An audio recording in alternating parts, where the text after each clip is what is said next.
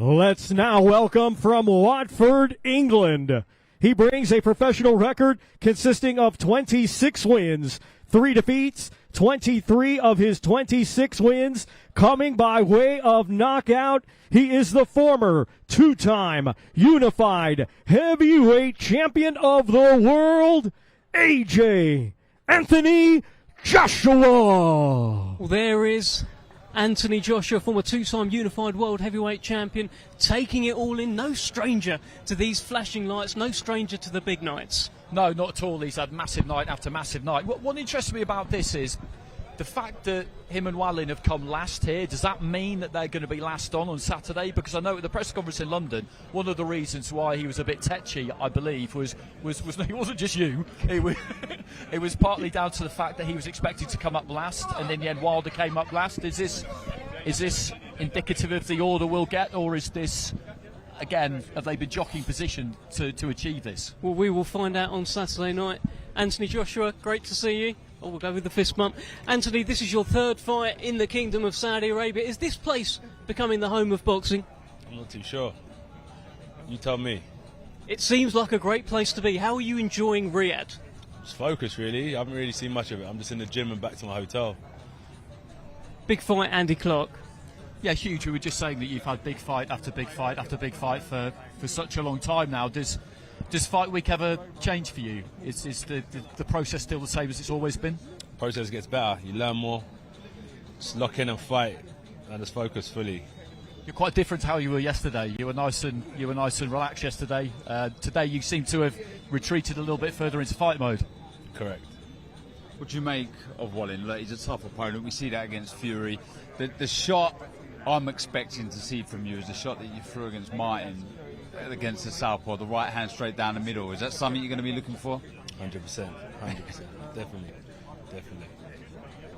It's been a lively week with Jarrell Miller. He seems to be coming after you every chance he gets. What have you made of him?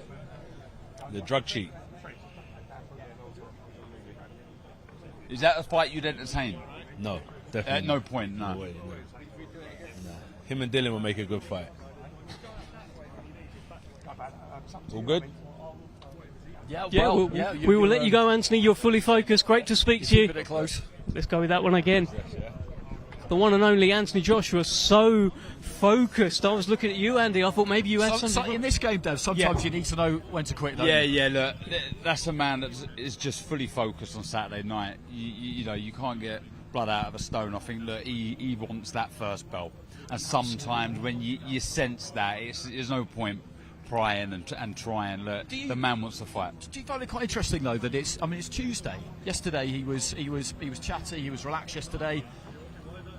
I mean, to kind of flip that switch that early is quite unusual. If I'm deadly honest, I think he's sick of all of this. I think he wants to just fight and win and prove people wrong. I think he's annoyed somewhat with the build-up in fights. I think some people take what he says out of context maybe from time to time, but I just think he just wants to fight now. I think he's desperate just to prove how good he still is, and just seeing there, he's no desire to talk. He just wants to fight, and I don't mind that. When you've got someone who looks so switched on and so focused, you know, he's not blasé, he's not just looking around and, you know, deer in the headlight. He's on it. Yeah. He's on it. And then, if anything, I listened to him there, I'm more excited for that first bell than I was before. Yeah. If he can channel all of that. Listen, people talk about the old AJ. Is the old AJ still there?